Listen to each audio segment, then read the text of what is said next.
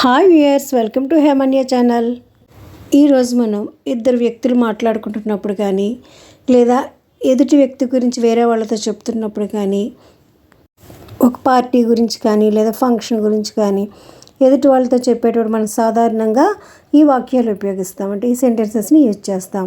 అవి ఏంటి, కామన్గా వస్తాయి. ఇవి నీవు చెప్పిన వివరాల ప్రకారం చూస్తే అప్పుడు ఇలా జరిగి ఉంటుంది అని చెప్తాం కదా.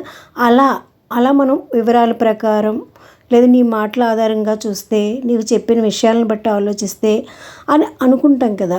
అలాంటి విషయాలను ఈరోజు ఇంగ్లీష్లో ఎలా ఫ్రేమ్ చేయాలో నేర్చుకుందాం. Now going in to the video. నీవు చెప్పిన వివరాల ప్రకారం, దీన్ని according to the details you gave. According to the details you gave అంటే నువ్వు ఏ డీటెయిల్స్ ఇచ్చావో దాని ప్రకారం అంటాం కదా, ప్రకారాన్ని అకార్డింగ్ అంటారు. అంటే ఫర్ ఎగ్జాంపుల్కి నేను నువ్వు చెప్పిన విధంగానే చేశాను, దాని ప్రకారంగానే చేసామని అంటాం కదా. అలాంటి విషయాన్ని ఇలా చెప్పొచ్చు, అకార్డింగ్ టు దట్. అంటే అకార్డింగ్ యూజ్ చేసి ఈ సెంటెన్సెస్ని ఇలా ఫ్రేమ్ చేయాలి. నీ మాటల ప్రకారం చూస్తే దీన్ని looking at it from what you said. Looking at it from what you said. దీన్ని వేరే విధంగా కూడా చెప్పొచ్చు, according to your words. According to your words ఈ విధంగా కూడా చెప్పొచ్చు. నీవు చెప్పిన దాన్ని ఆధారంగా తీసుకుంటే, if we take what you said as a basis. If we take what you said as a basis. If we take అంటే తీసుకుంటే, నెక్స్ట్ వాట్ యు సెడ్ అంటే నువ్వు ఏదైతే చెప్పావో దాన్ని, what you said as a basis ఆధారంగా. ఈ విధంగా మనం డివైడ్ చేసుకోవచ్చు. నీ మాటలు విని అర్థం చేసుకున్నంత వరకు, అంటే నువ్వు చెప్పిన విషయాలను బట్టి మేము ఇలా అర్థం చేసుకున్నామంటాం కదా, ఆ విషయాన్ని ఈ విధంగా చెప్పొచ్చు. As far as I understood from your words. As far as I understood from your words. మీ మాటలు విని అంటే ఫ్రమ్ యువర్ వర్డ్స్ అర్థం చేసుకున్నంత వరకు, as far as I understood. Next one, నీవు చెప్పిన దాని ప్రకారంగా జరిగితే.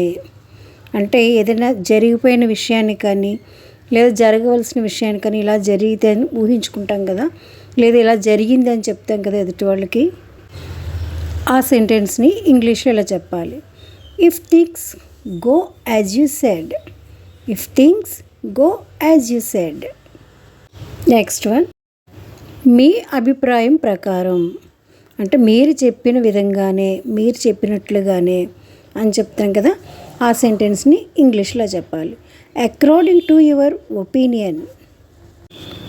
According to your opinion.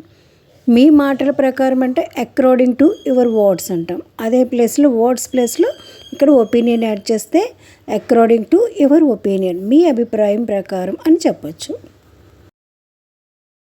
నీ వివరాల ఆధారంగా అంటే నువ్వు చెప్పిన ఆధారాలను బట్టి లేదా నువ్వు చెప్పిన విషయాలను బట్టి అని చెప్తాం కదా, ఆ విషయాన్ని ఇంగ్లీష్లో ఈ విధంగా చెప్పచ్చు, based on your explanation. Based on your explanation. నువ్వు చెప్పిన దాన్ని పరిగణనలోకి తీసుకుంటే, అంటే నువ్వు చెప్పినట్లే చూస్తే కనుక అని చెప్తాం కదా. ఎగ్జాంపుల్కి ఆ విషయాన్ని ఎలా చెప్పాలి అంటే ఈ సెంటెన్స్ని మీరు సొంతంగా ఫ్రేమ్ చేయండి. ఈ సెంటెన్స్ని తెలుగు నుంచి ఇంగ్లీష్లోకి ఎలా ఫ్రేమ్ చేయాలో మీరు సొంతంగా ఫ్రేమ్ చేసి కామెంట్ బాక్స్లో మెన్షన్ చేయండి.